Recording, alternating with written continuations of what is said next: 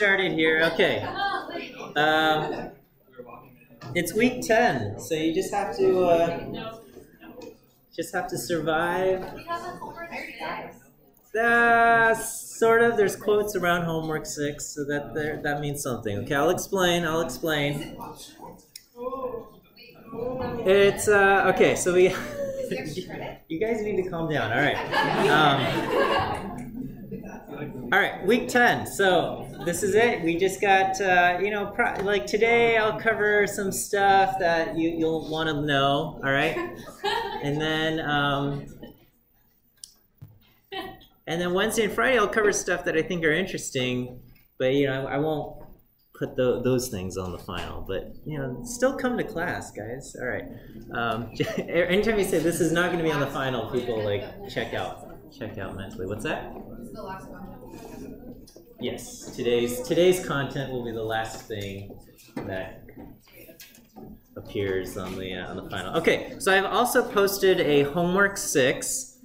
Yeah, no, don't worry. Stop whining here. All right, I put quotes around homework 6 because I'm not actually going to grade it. Okay, so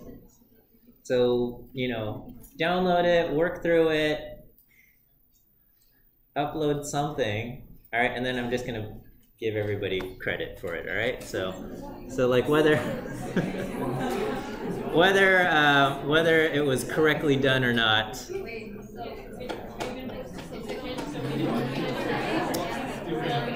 Sorry, you guys are supposed to be happy. What are these questions that I'm getting asked? what? No, I'm not gonna grade it. Okay, I'm just gonna go down and if you've submitted something, you can submit a picture of yourself smiling, and I'll give you credit for homework 6. Okay, so it's quotes homework. Yes. Homework 6, okay, I'll click this and. It's on Bootstrap and randomization tests, okay? So it's intended, all of my homeworks were intended to help you learn the concepts covered in class, okay? I mean, if that wasn't the case, then, I apologize, but that was the intention of all of the homework assignments, so that, we covered things in class, but then when you try it out in the homework, you realize, oh, you know what?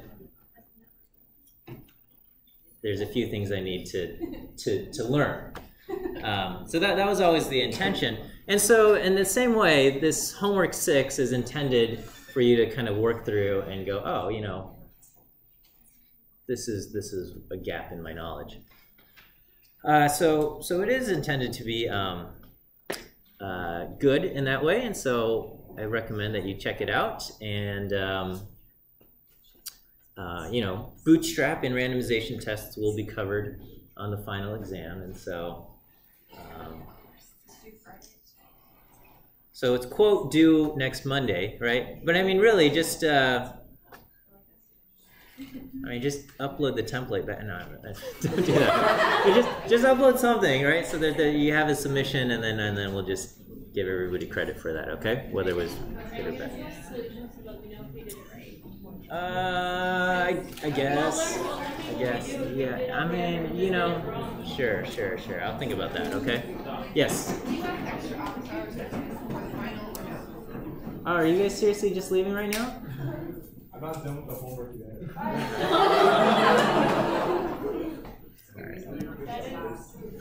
Do it. Whatever's. Yeah, I know. Right? Get them back. There's only so much time in the day. Well, at least he turned around and acknowledged me when I said.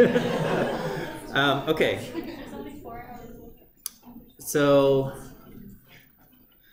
sorry, what was your question? Oh, will I have extra office hours next week? I was not planning on having extra office hours next week, but but yeah, we'll have the final next week. So, okay. All right. So I'll talk about what I'm going to cover today. Bootstrap. So there is so if you look through homework 6, we have kind of like Bootstrap the manual way, and then we'll look at using library boot. So if you were going to perform Bootstrap in real life, you'd probably use this. Here, you know what? Let's just go ahead and we'll bring this in. Import this.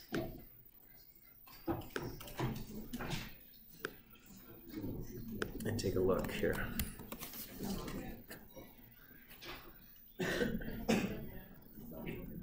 Oh, and I've linked a couple articles here. One is Science Isn't Broken, I think this link still works, right? Yeah. Maybe it's not. From 538. It's already 2 years old now, but there's a few curse words here. I hope nobody's too offended by this. But this talks about the idea of p hacking. I don't know if you've heard of that. So there's the whole idea of null hypothesis significance testing has come under fire just because a lot of science and articles and journals demand this. And so, you know, whenever you set up an arbitrary line of which p-value equal to 0.05 is an arbitrary line, whenever you do that, you know, weird things happen right around the arbitrary line. And so, so we have a lot of p-hacking stuff, and so because of that, it's come under fire. And so these are some articles talking about this. You know, the ASA last year released a statement on p-values, basically saying we should not blindly be using alpha equal to 0.05, but we should always be thinking about our p-values in a slightly more nuanced context. And I agree with that, but you know, everything always requires a little bit of thought and thinking, and having just a strict line always results in unintended consequences, right? So just like the age of majority, like you are classified legally as an adult when you turn 18, and that's an arbitrary age, right? It's probably something around there, right? Like, when do you become an adult? When can you be held responsible for your actions? And it's probably somewhere around age 18, because scientifically that's about when your prefrontal cortex is developed, and something around that. But it's different for everybody, right? And so, but anyway, you can't just have, in law, you can't just say, well, it's different for everybody, so this person will be held responsible for their actions and this person will not be. So you need an arbitrary line at age 18, but then, you know, things happen around age 18, and then same thing with age 65. There's an arbitrary line that says, you know, your full Social Security benefits kick in at age 65, and so like everybody retires at age 65, and you have very few people who want to continue working after that, even though there's probably a lot of people who can still be very productive members of society after age 65. Yeah, because of our arbitrary line. Oh, anyway, okay. So we're talking about Bootstrap. And for this, we'll load up the package Bootstrap and library boot, and we will we'll take a look at how this works here. Okay, so I'll load up library Bootstrap, and inside Bootstrap they have LSAT scores. Okay, so if you look at the inside boot, we have law 82. So apparently in we're looking at, this is quote, the population of 82 law schools. I don't know if this is not really, but I don't know how many law schools there are in the United States, but I think there's more than 82. But as far as the data set goes, we're going to treat that these 82 schools is the universe of law schools in the United States. And here we want to know, is there a correlation between their average LSAT score and the GPA of the people in law school? And so if I just do plot law 82, it'll create a plot between, we just want LSAT and GPA.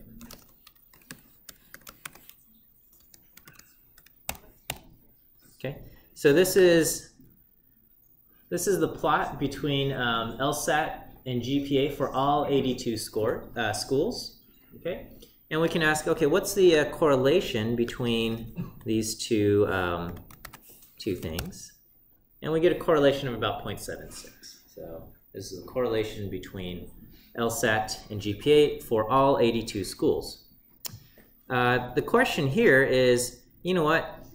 In Bootstrap, what if we are only dealing with a random sample of 15 out of these 82? Okay, so in library Bootstrap, there is a random sample of 15 out of the 82 schools, and so I can just plot this. Okay, and so this is just 15 out of the 82 schools. So let me do excellent equals range of law 82 $sign LSAT and one limb equals range set GPA. What did I do? What did I do? Oh, thank you. I'm not. Okay, so this is our first one, and then we'll just keeping the same range, just so you can see that this is just a random sample of 15 out of these. Okay, so here's the original 82, and then if we just randomly select 15, these are the 15 taken. Okay, is that okay? So this is all 82. We randomly select 15. Okay, and then so if we look at the correlation between the LSAT and GPA,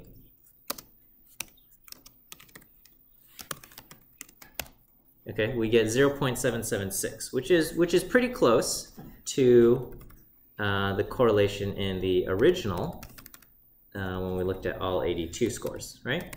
But if we picked a different random sample, we might get something else. But anyway, let's do some Bootstrap. So how would Bootstrap? Let's say we want to get the standard error of our estimate of the correlation. In Bootstrap, how do we do this?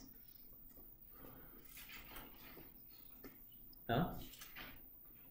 So what we would do is we would just duplicate these 15 a whole bunch of times, create our population, and then we would just randomly sample 15 out of our duplicated population, right? Or we would just sample 15 values with replacement from these 15. And that's going to be a stand-in for the original population of 82. Okay, and so I wrote just a tiny bit of code here.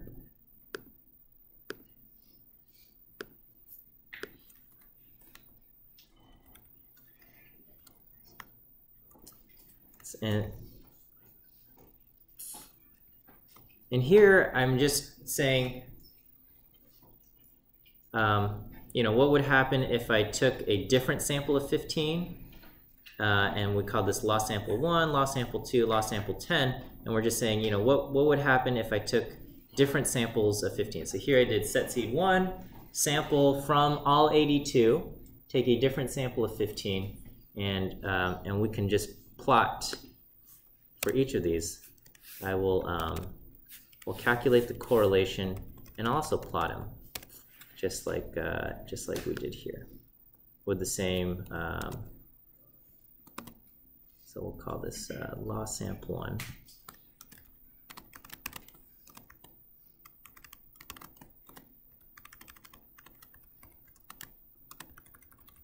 Do that.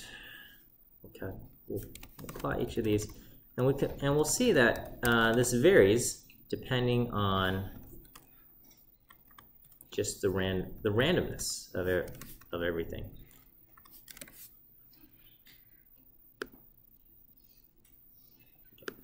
So we'll take 15 randomly selected rows. If we do that, we get a very different correlation. Now here, I just click play. Do the plots. You know what?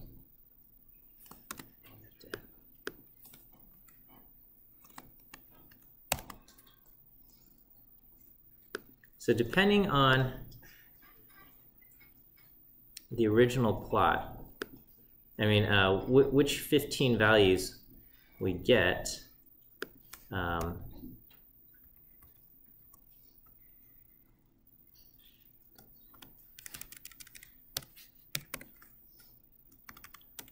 estimates of the GPA will be different. So this is all 82. Here's one random sample. Here's a different random sample. Okay. And here's another random sample, okay? And so each of these, so when we calculate the correlation here, and the correlation there, and the correlation there, we're all getting different estimates of the correlation in the population, right? And so I think it's reasonable to ask, how good are our bootstrap estimates? Because clearly the answer will be different if we have this versus this versus this.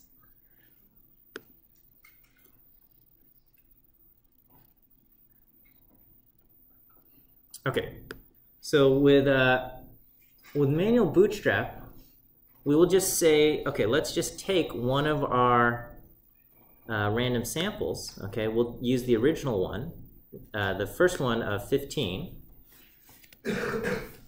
So here I've got just 15 here, and we'll do 500 replicates. And what we will do is we're going to just randomly sample from those 15 rows with replacement. Okay?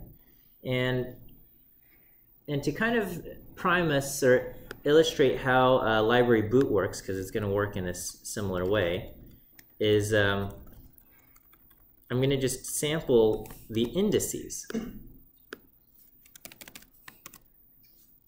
Okay, so here we've got 15 rows, and so when I take a look at law, these are the 15 rows that I have, and I'm going to just say, you know what, sample the values 1 through 15. Okay, so we're just going to do sample 1 through 15, and we want 15 values, replace equals true. Right? And so this says you're going to pick row 7, 1, 4, 6, 13, 13, and so on and so forth.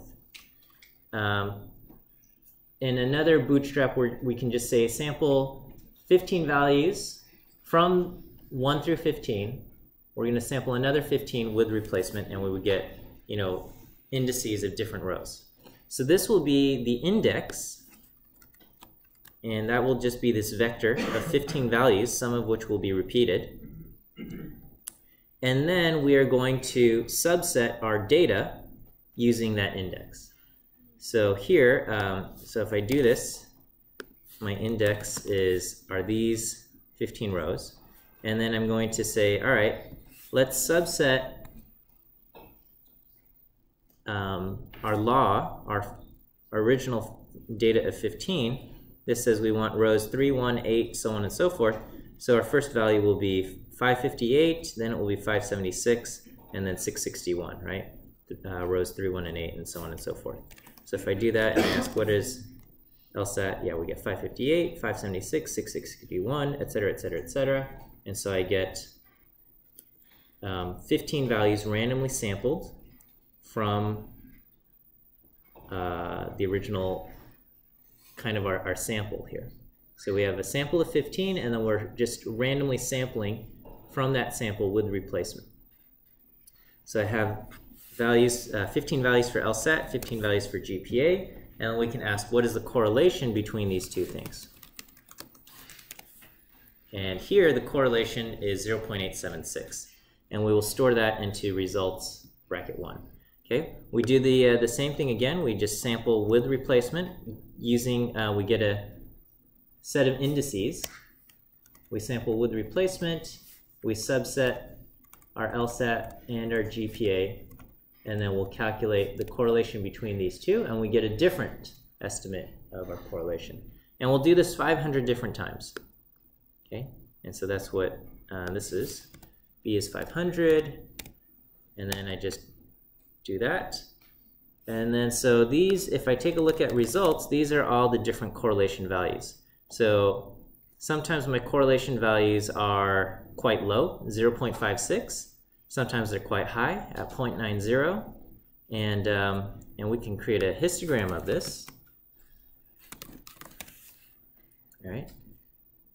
Obviously correlation can't go higher than 1, so we're getting something that's left skewed.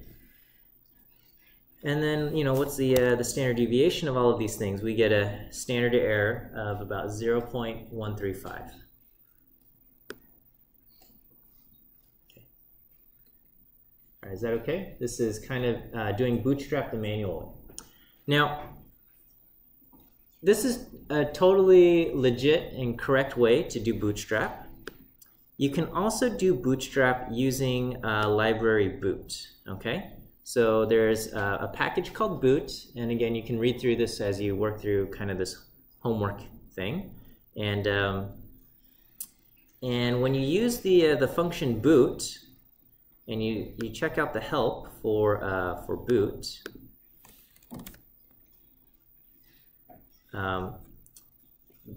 the function asks, what is your data? And then asks for this thing called the statistic. And the statistic is a function that gets applied to the data using indices, and it will return the thing that we want, okay? So you have to create a function that will calculate the correlation of our data. And so in this case, the function that you provide, this is our statistic function that goes into the boot function here. It's always a function of two arguments, the data and the index. Okay? The index is done for us. Basically, Bootstrap, the function boot, does this part for us. So it's gonna, so you can imagine somewhere in the boot function, it samples 1 through n with replacement, and then it creates this index, and it passes that index into our function here. So what we do then is we take our data and we subset our data using the index. We say, which rows from data do we want? We want the rows subsetted by index. Then we will extract LSAT, we'll extract GPA, and we're going to extract and then calculate the correlation. Okay, and then the function always returns the last line in the function. So what it's going to return is the correlation between LSAT and GPA after we subset the original data using the index. Okay, does this make sense? This is kind of the parallel operation that we have to our the loop that we have. So in our loop, we said create a row of indices by sampling 1 through n, and then we're going to extract from the data set the LSAT numbers as indicated by the index and the GPA numbers as indicated by the index. Here we subset our data using the index, and then we do this. I mean, I could have actually run it exactly the way it is here, and this would be completely correct as well if I did data $, LSAT, and I used index. Okay, so this would have been equivalent. So, but anyway, so this is the correlation function that we will feed into our function boot. Okay, here I just kind of made it even more concise, but I'm hoping you understand what this is doing, and then if you understand this, then this should also make sense. So this is our correlation function, and then into using boot. So using library boot is you have to set up this function, then you say load up library boot, you use the function boot, this is the data. The data is your subset, right? Your 15, and then you feed in the correlation function, and when you run this, oops. Okay, run that. Okay, and we get that, and here it gives us the standard deviation of our results $t. $t is the output, is basically the same as our results vector that we calculated. But when you do Bootstrap, the results, it's a list of a bunch of things, and so let me just do print.default. And we see all the things that get fed in. So these are all of the 500 different replicates that it calculated. Oops. So this is the t, and so if you get the standard deviation, this is what we have. This is the correlation of the original 15. This is the correlation of our 500 different random samples. And these are, it includes also, how many replicates you did, the original data. These are, I think the seeds that are being used when for the random sampling, but I'm not entirely sure how that goes. Okay, actually I don't know. There's 626, so I'm not quite sure. This is the function that we calculated using the correlation function. So it includes a bunch of other information that may not be necessary.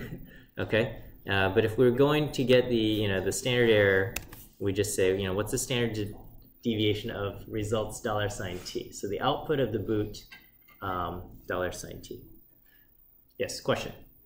Would that number right there be the first number that's in the result? No, so results $t is we did 500 different replicates, and so these are the correlation. If I did histogram of this, it's going to look very much like similar to when we did the manual Bootstrap. So if I did the manual Bootstrap and I did histogram of results, I should probably come up with a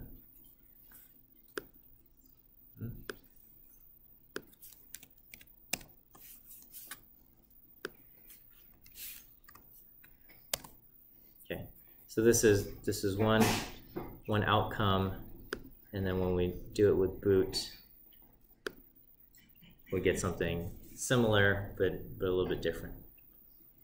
Okay, and so the question I had was how often or how do our standard error estimates vary depending on the 15 values that we had randomly sampled from the original 82, right? So, because with Bootstrap, what we're doing is we have just a sample, and we're just resampling our sample to get an idea of the standard error. But what happens if two people had random samples and those random samples were very different? So here, I want to do what we call a meta study. So at like a higher level, where I'm going to say, well, I have access to the population, and if I take a random sample of 15 from the population and do Bootstrap, and somebody else takes a random sample of 15 from the population and does Bootstrap, and someone else takes a random sample of 15 from the population and does Bootstrap, how are their standard error estimates going to vary? Okay, and that's what I'm trying to do here. So, so I've already done 3 random samples of 15 taken from the population, and so if I calculate this, we see our standard error estimates can vary quite a bit. Here I got a standard error estimate of 0.025. Over here I have a standard error estimate of 0.15, and over here I have a standard error estimate of 0.054. And so there is quite a bit of variation depending on the random sample that we have, and that's going to be just inherent to Bootstrap. Okay, because you don't have the population, you just have a random sample.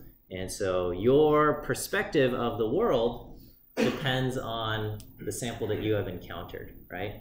So even for us, being what, American citizens and living in the United States, you know, our perspective of, quote, what the world looks like is based on, you know, what we see. This is, you know, the data that we're bringing in to our lives, and then, you know, maybe we get little glimpses based on news and books about the rest of the world. But, you know, our perspective just depends very much on the data that's come in, okay? So here I've done a meta study, which is going to just take a look at a whole bunch of different standard error estimates. And for each one, I am taking a random sample of 15 from the population of 82. And then with my random sample, I'm going to do Bootstrap using, I'm going to pretend that all the data I have is just those 15 random samples, and do Bootstrap there. And then we're going to find the standard deviation or the standard error using estimated standard error using the Bootstrap. So I'll go ahead and I will run this. Okay, and so this will take a little while because I'm doing this 1,000 times, and each time I do it, I'm doing 500 replicates of Bootstrap, right? So this is a whole bunch of computation for the computer to do. Yes? Sorry, didn't know. I just had a question about, so say we start with our original sample, like size 15. Yes. Space, and then we create our like population by sampling and replacement. Yes. Those new samples that we're drawing, are they always the same size as the original? Yes. So because you want to know, you want to study properties of your sample, so you want to generate another sample of size 15. So if your sample is 15, you take another random sample of size 15 with replacement from your 15. Yeah. And if your sample is 500, then we do that. You know, take 500 with replacement from this. Okay. All right. So this is our plot, and so you know most of the time we get something around 0.1 whatever. Okay. But yeah, you know we get a little bit of spread here. Right. You guys remember what's the standard error estimate? What's the sampling distribution of the correlation statistic? Huh? No? Yeah, right. Like calculating if your correlation is significant or not. Test of correlation. It's n-2 degrees of freedom on a t distribution. So, well, anyway. Okay. Well, anyway, this is our density estimate of the different standard errors of our correlation. Okay. So anyway. So Bootstrap, you know, in the long run should work mostly correctly because in the long run random sampling should be mostly correct. But again, because random sampling is random, sometimes it's weird, and when you look at your data, you don't know if you have a quote weird sample or a mostly correct sample, and so so we have issues with this. Yes. Should your sample size be at least a certain percent of your population size? Should it be at least a certain percent of the population? In fact, it should be no more than 10% of your population. That's one of the guidelines, because generally when you sample from the population, you sample without replacement. And then if you sample too much without replacement, what remains in the population is no longer independent of what's in your sample. So we generally say your sample should not be more than 10% of your population. But in terms of generally the properties of your sample, it depends generally just on the sample size. Okay, I wanted maybe just practice writing a few functions, statistics functions for using package boot. Okay, so here we can pretend our data will be all right, so we'll do population. We'll say we'll do 300 people taken from a mean of 100, standard deviation of 15, and then we'll round this to 0. Okay, so this is kind of like if we believe in IQ scores should be centered with mean 100 and standard deviation 15. Okay, so here with our 300, this is what we have, and if I take a histogram of this, this is what we have, and let's just ask for the summary of the population. Okay, the lowest was 60, the highest was 145, the median is 99. Okay, that makes about sense. All right. Okay, so we'll do the data will be a sample from the population. We'll take a random sample of, I don't know, we'll say 30. Okay, so these are, here, let's set a seed. Okay, so these are the 25 values that I have.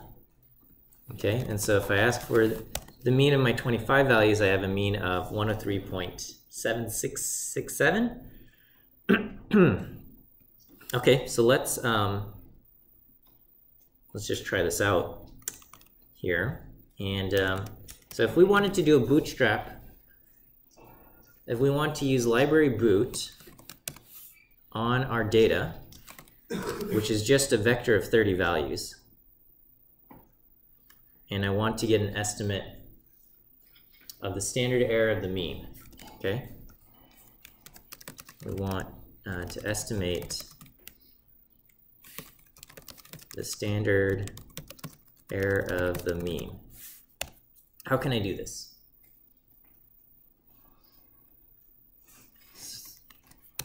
So we got to write kind of a function to calculate the mean, right? So we need a mean function.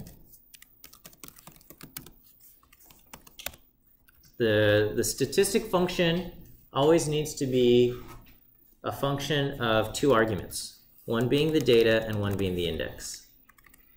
Okay? Our data is a vector of 30 values. Okay? And when we get the index will be the integers 1 through 30 sampled with the replacement.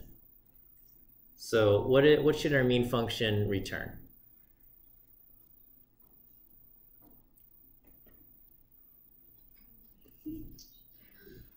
So first we need to subset our data using the indices, right? So how do we do that?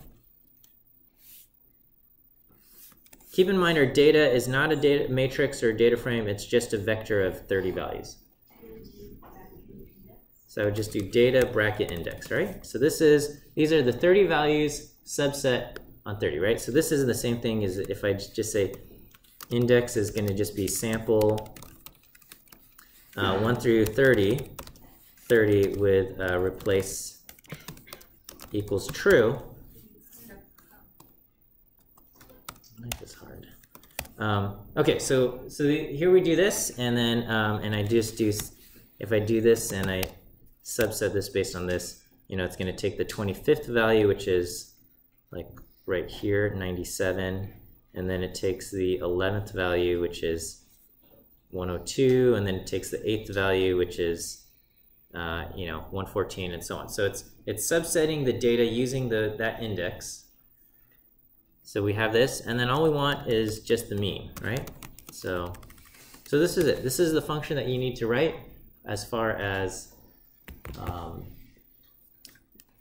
using boot. Okay, and then to call boot, we just say, all right, we give it the data, dat, we give it the function, and then we tell it how many replicates we want it to do. So I'll just ask for 1,000. Okay, and then we'll call we'll put the results in R, and then it's done. And then we can ask R $T. These are all of the estimates it got. RT0 is just the value of our original data. And then if I want the standard deviation of this, I just do R $T. Okay, and so this is the standard error of our estimate. Okay, standard error, our bootstrap estimate of the standard error. How does this compare to the real life standard error? The real life standard error would be 15 divided by the square root of 30, right? So real life standard error is 2.739, and we're getting 2.5. Okay, so that may or may not be an accurate, depending on how accurate you feel it is. So if this is the original population, keep in mind our random sample of 30 values looks like this, right? So we are trying to get an estimate of how good or bad this is based on our random sample of 30 values. So here's estimating the standard error of our thing. Okay, so this is doing Bootstrap using just for the mean. Yes? What do you mean by R $T0 as the original data? Oh, okay. So if I take a look at my data of 30 randomly sampled values, and I ask what is the mean of this, it gives me 103.7667. The results, the Bootstrap T0 is exactly what would happen if you calculated the mean function, your statistic function, on the original data without doing any kind of resampling. Is this okay? All right, let's complicate this a little bit. So let's say we want to know is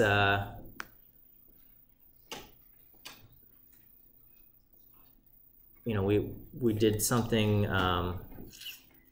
like we want to compare values between two groups. Okay, so if we can do Bootstrap with two groups. All right, so here we will pretend we've got actually, so group 1, we will take 20 values with a mean of 100 and standard deviation 15, and then group 2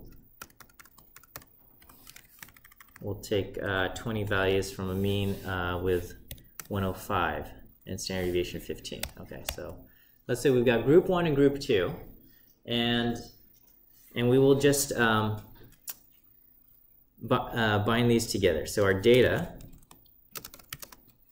will just be group 1 and group 2 combined. Okay, so here's our data. And we want to know if we calculate the mean of our first 20 values, we get a mean of, see, this is going to, first 20. So the mean of our first 20 is 100.05. The mean of our second 20 is 104.75. Okay? And so here we've got two groups, and we want to compare the means of these two groups, right? And so we could do a traditional t-test, but we also said we could do a bootstrap test, right? And that's what we did on Friday. We did a bootstrap test, and we said we can do this as long as they have been randomly sampled from the population. Okay, so how can we do this using library boot. So here we've got two groups. This is the mean of group 1, mean of group 2, right? Okay, so how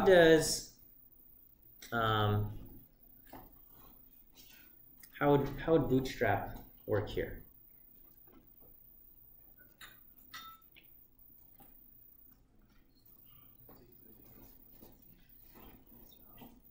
Okay, so with a Bootstrap test, okay, here, let's Bootstrap to test if there is a difference between the means. Oh, it's already 250? Between the means of the two groups, okay. All right, well, we would have to calculate a difference function. Right, I'm going for it. All right, and basically we're gonna just subset our data based on the index, right? So this will be kind of our boot sample, and then I would just take my first 20 values. So this will be mean of group 1, which will be boot samp 1 through 20 minus the mean of bootsamp 21 through 40, okay? And so here, if the null hypothesis is true, all the values are coming from the same population, and therefore we can just mix all of the values together and pull things out. And then what we would do is we would run this. What's that?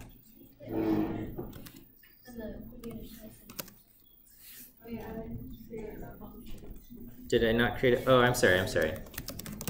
Thank you.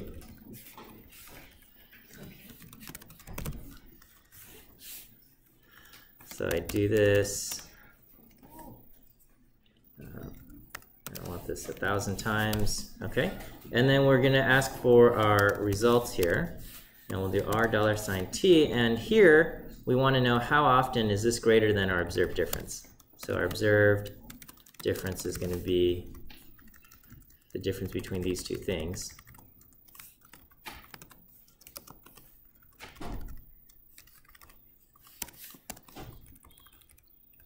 Okay, how often is this greater than observed difference?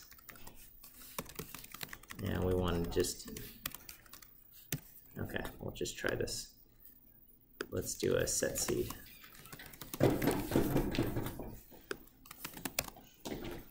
Okay, so here we get a p-value of 0.071. Okay. Anyway, we'll end here. Yeah, sorry, we're running over. And then we'll see you all on Wednesday. Hey, so running the entire game